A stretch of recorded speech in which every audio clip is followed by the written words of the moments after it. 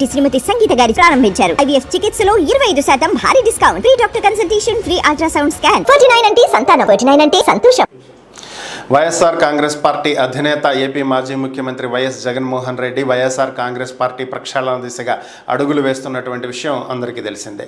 వరుసగా ఒక్కొక్కరిని పదవులు మార్చుకుంటూ వస్తున్నారు. ఇప్పటికే కొన్ని మార్చారు. నిన్న కూడా పార్టీ కేంద్ర కార్యాలయం కొన్ని ప్రకటనలు చేయటం జరిగింది.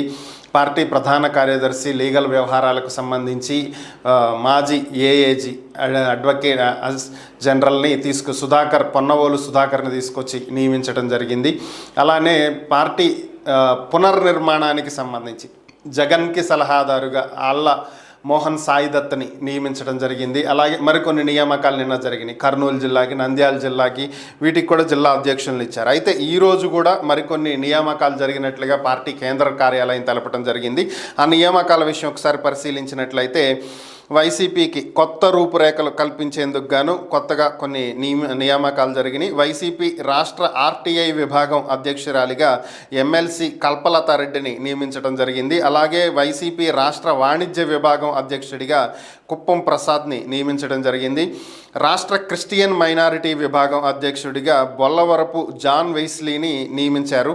సో దీనికి సంబంధించే జగన్ ఒక ప్రకటన విడుదల చేయడం, దానికి తగ్గట్టుగా వైఎస్ఆర్ కాంగ్రెస్ పార్టీ కేంద్ర కార్యాలయం ఒక లెటర్ హెడ్ మీద దీనికి సంబంధించినటువంటి నియామకాల మొత్తాన్ని కూడా ఇవ్వటం జరిగింది. ఒకసారి కొత్తగా వచ్చినటువంటి నియామకాలన్నీ ఒకసారి పరిశీలిస్తే స్టేట్ వైడ్ చాలా వింగ్స్ ఉన్నాయి. అన్నిటికీ కూడా నియమించారు. దాదాపు 41 విభాగాలకి కొత్త అధ్యక్షులు వచ్చారు.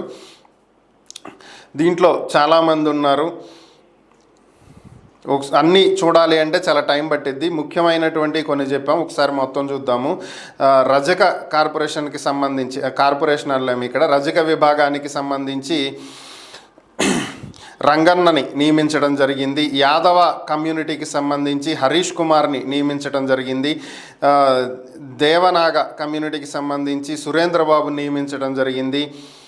పాల ఇరిక సంబంధించి కుమార్ రాజాని నియమించడం జరిగింది.